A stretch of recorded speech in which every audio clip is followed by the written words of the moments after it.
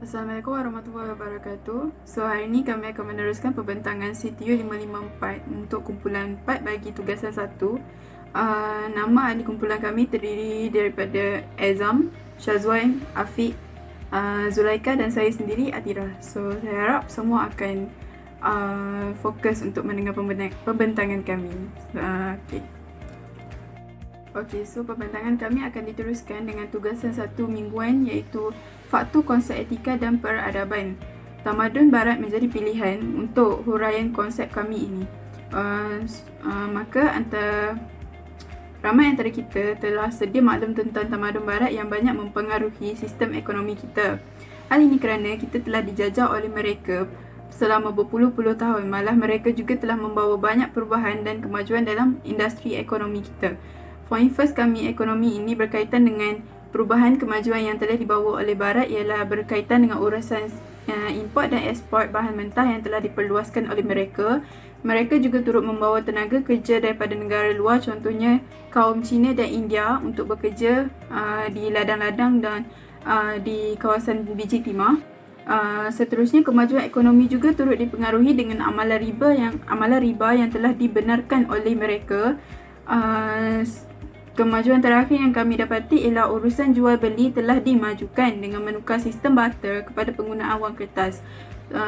Berkaitan dengan sistem ekonomi ini, kita dapati bahawa penjajah-penjajah ini telah membawa pelbagai kemajuan yang menyumbang kita untuk lebih berkembang daripada negeri yang kecil. Kawasan yang kecil menjadi sebuah kawasan kemajuan yang lebih pesat dan mendapat lebih banyak sumber pendapatan untuk berkembang menjadi sebuah negara yang lebih besar. Seterusnya, kesan-kesan tamadun Barat terhadap sistem pentadbiran tamadun Melayu dapat dilihat dalam sistem pemerintahan kerajaan Melayu sekarang, contohnya negara Malaysia yang menerapkan sistem demokrasi. Sistem demokrasi adalah sistem yang mengutamakan suara rakyat dan rakyat berkuasa penuh dalam menentukan pemimpin mereka.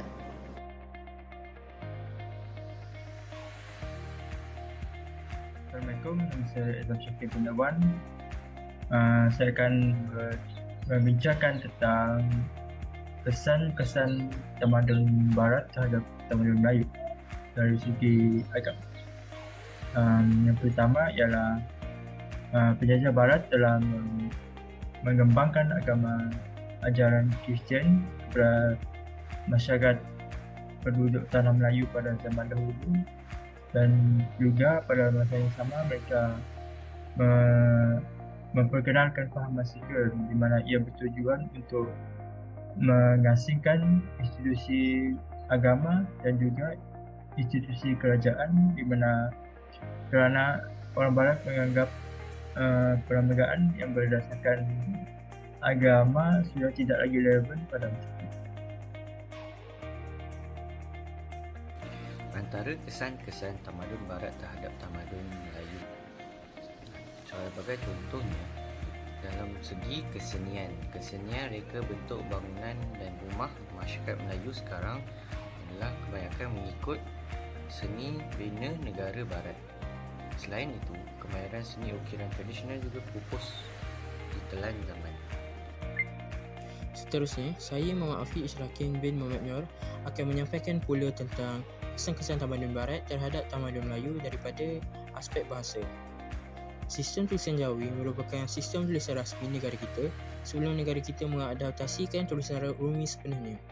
Namun, pada pemerintahan British, penggunaan tulisan Rumi semakin bertambah dan pihak British telah bekerjasama dengan karyawan-karyawan tempatan untuk menterjemah kitab-kitab klasik yang ditulis dalam tulisan Jawi kepada tulisan Rumi. Kesan ini turut dapat dilihat sehingga kini apabila kita lihat ramai anak-anak muda zaman sekarang tidak mahir ataupun kurang lancar untuk membaca dan menulis dalam tulisan Jawi. Penggunaan tulisan Jawi juga kurang dilihat pada zaman sekarang. Namun, kerajaan telah mengadakan satu inisiatif untuk membangkitkan kembali penggunaan tulisan Jawi dengan mewajibkan penggunaan tulisan Jawi pada papan-papan tanda jalan di beberapa buah negeri di Malaysia. Dalam tugasan kedua kami diminta untuk menjelaskan apa yang kami faham tentang falsafah dan pemikiran. Okey. Falsafah dan pemikiran terbahagi kepada dua, iaitu dari segi tradisional dan moden. Falsafah dan pemikiran dari segi tradisional adalah perspektif di mana pandangan terhadap matlamat yang perlu dicapai telah pun ditetapkan dan manusia hanya diberi cara dan pilihan untuk mengecapi matlamat tersebut. Jadi, manusia akan dapat mencapai matlamat yang ditetapkan jika memilih dan menggunakan cara yang betul seperti mengintegrasikan ilmu agama dan ilmu alat dalam kehidupan.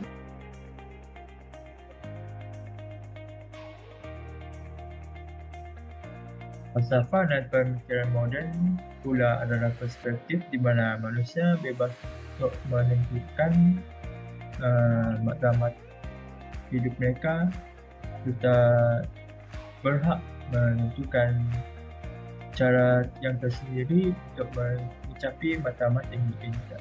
Akan tetapi, falsafah dan pemikiran ini boleh membawa keburukan kerana kebebasan boleh mendorong manusia untuk mengikut hawa nafsu dan juga ia boleh menimbulkan impak yang buruk kepada kehidupan manusia yang lain. Agama merupakan suatu sistem kepercayaan yang diamalkan sebuah masyarakat berasaskan pegangan, idea dan perlakuan terhadap kuasa gaib, kuasa halus, roh dan mempunyai patalaran mereka yang tersendiri. Sebagai contoh, antara contoh sistem kepercayaan dan agama ialah kepercayaan Buddhisme iaitu agama Buddha. Agama Buddha yang mempunyai kepercayaan mereka tersendiri seperti kewujudan merangkumi 6 alam dan mempercayai kitaran kelahiran semula. Agama merupakan suatu sistem kepercayaan yang diamalkan oleh sebuah masyarakat berdasarkan pegangan idea dan perlakuan terhadap kuasa gaib, halus, roh dan mempunyai pantang larang tersendiri. Antara contohnya adalah agama Islam. Orang yang menganut agama Islam dikenali sebagai Muslim dan Muslim percaya bahawa Allah itu esa dan tujuan hidup ialah untuk menyembah Tuhan.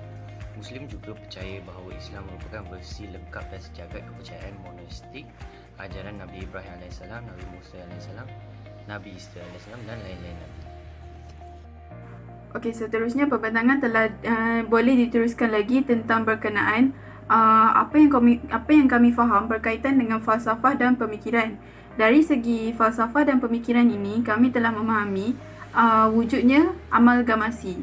So, apakah amalgamasi? Sebenarnya amalgamasi merupakan satu proses yang terjadi apabila satu budaya bercampur membentuk budaya baru. Cara utama berlakunya amalgamasi adalah melalui satu perkahwinan campur antara kumpulan etnik yang berbeza. Proses ini kebiasaannya mengambil tempoh masa yang amat lama dan biasanya melalui beberapa generasi. Teori amalgamasi juga turut diwujudkan supaya lebih difahami seperti contoh dalam bentuk formula. Teori ini dibentukkan dalam bentuk formula iaitu A tambah B tambah C sama dengan A. So, A, B, C itu mewakili etnik atau kaum yang disatukan, manakala D merupakan hasil kumpulan baru yang terbentuk daripada penyatuan itu. Di Malaysia ini juga telah wujud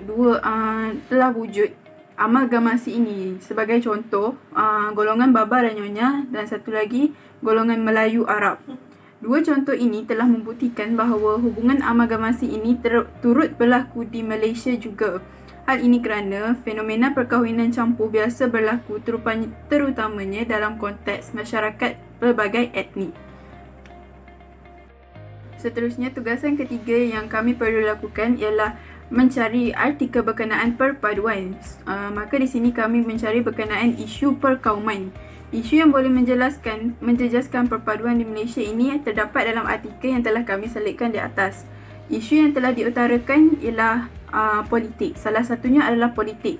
Hal ini kerana terdapat suara ahli politik di negara ini yang berhujah dengan lantang sehingga menimbulkan provokasi atau perbalahan antara masyarakat yang berbilang kaum.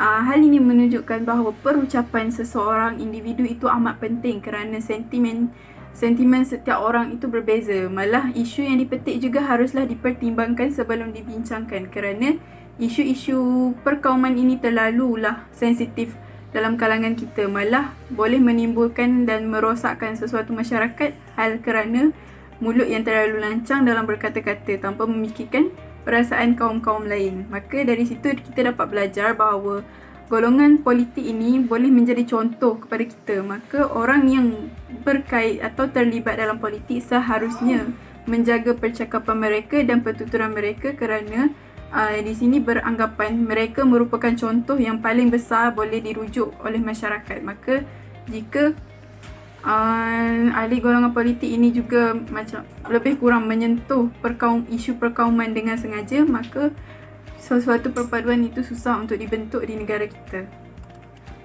Manakala, berdasarkan artikel yang dikaji, isu seterusnya yang boleh menjejaskan perpaduan di Malaysia adalah peranan media sosial.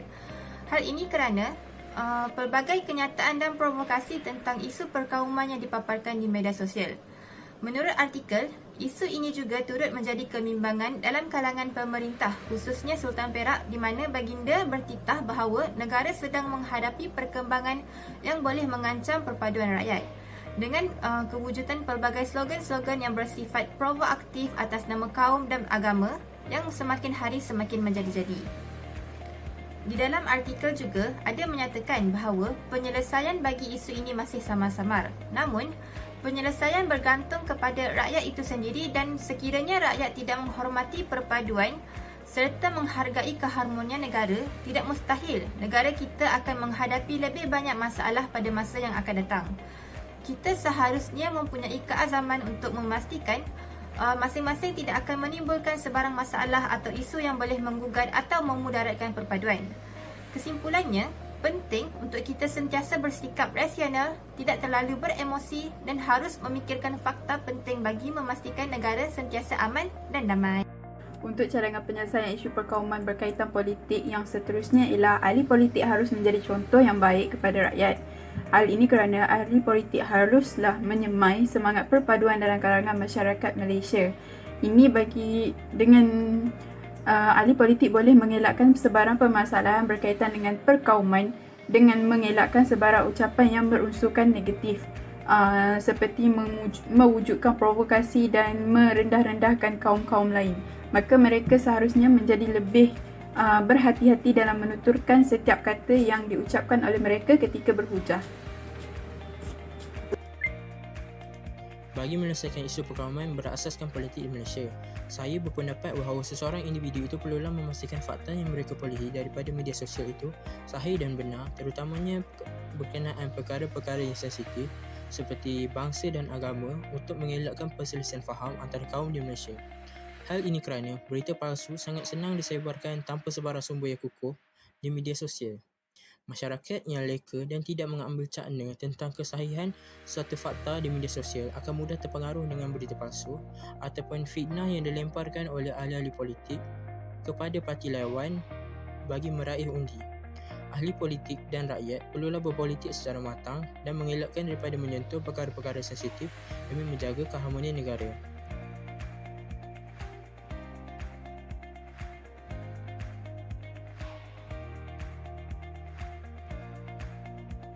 Pada pendapat saya, langkah-langkah yang boleh dilakukan oleh pihak yang bertanggungjawab untuk menangani masalah tentang perpecahan perpaduan dalam kalangan rakyat Malaysia adalah mengenakan tindakan disebutnya terhadap ahli politik yang kerap kali mengenakan isu perkauman atau isu-isu yang sensitif untuk mereka mendapatkan sokongan majoriti sesuatu kaum ataupun sengaja memecah belahkan rakyat di negara ini demi mendapatkan kuasa dan bukannya untuk kepentingan rakyat. Dengan mengenakan tindakan kepada ahli politik ini, sekurang-kurangnya mereka tidak akan berani untuk mengulang lagi dan mengancam keharmonian negara dan kesejahteraan negara. Pada pandangan saya, untuk cadangan penyelesaian bagi tugasan 3 iaitu isu perkauman dari segi politik adalah ahli-ahli politik perlu bersikap rasional dan tidak terlalu beremosi.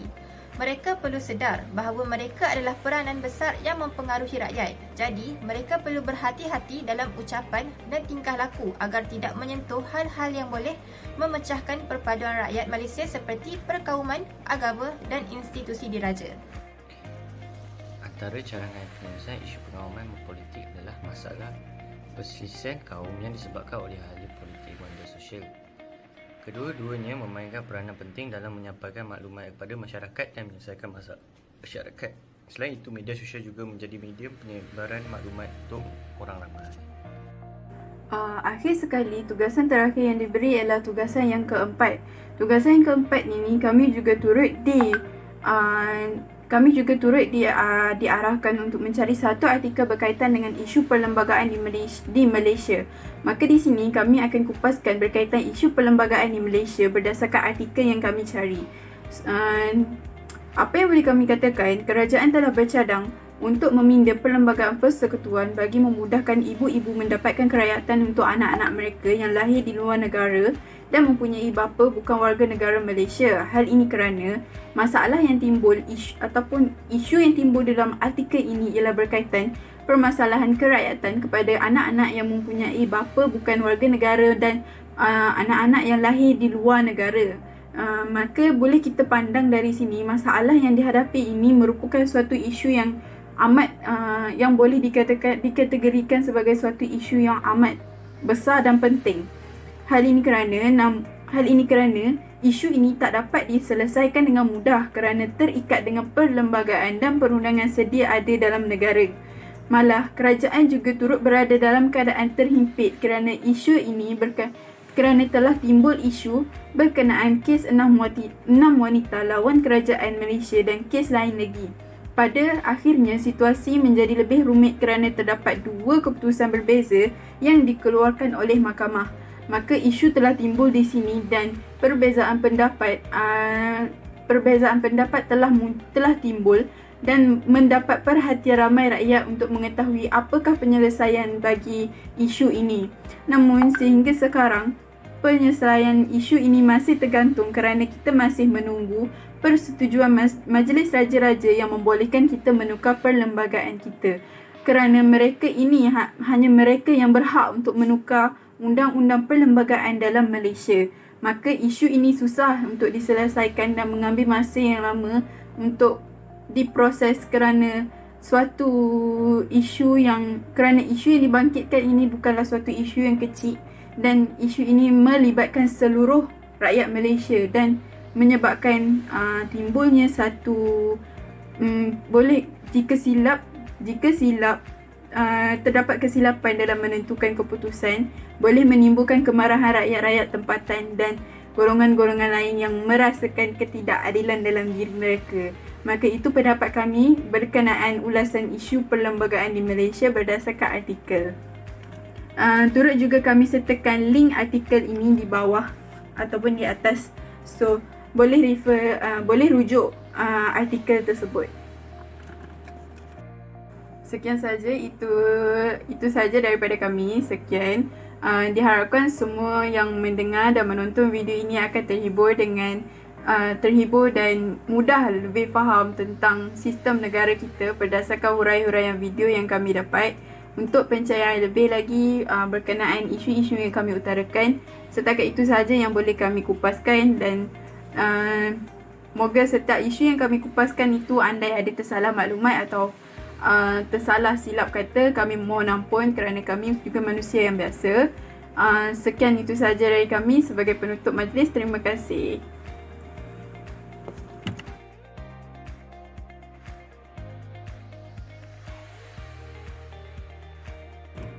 Maka kami teruskan lagi dengan pembentangan yang kedua daripada kumpulan 4, iaitu pembentangan berkaitan poster untuk tugasan yang kedua. Di sini kami telah memilih isu semasa berkaitan dengan perkauman. Diharap semoga dengan penyampaian kami ini anda lebih mudah memahami tentang isu-isu perkauman. Semoga anda terhibur.